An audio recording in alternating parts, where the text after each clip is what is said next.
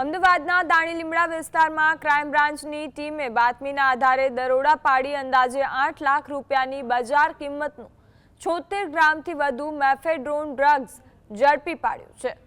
Crime બ્રાન્ચે Narol BRTS workshop નજીકથી મુસ્તાફ ઉર્ફે એમ સૈયદ અને યાસીન અરફાત અંસારી નામના 2 આરોપીઓને રંગે હાથ ઝડપી લીધા।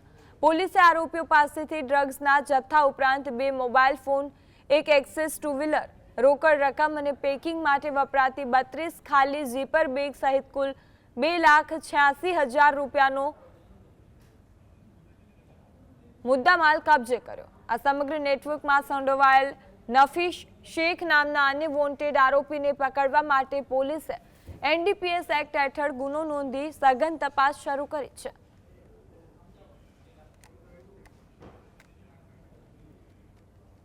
એ ખંડેર હાલતવાળા બિલ્ડિંગની અંદર આ જે ઈસમો છે એ આવું એમડી ગાંજો વગેરે લાવી અને સાંજના સમયે બેસી અને વેચાણ કરતા હોય છે અને નાના જે યંગ લોકો હોય તે લોકોને ખાવાની લાલચ આપી અને એમના દ્વારા આવું એમડીનું વેચાણ કરાવતા હોય એ હકીકત મળેલી।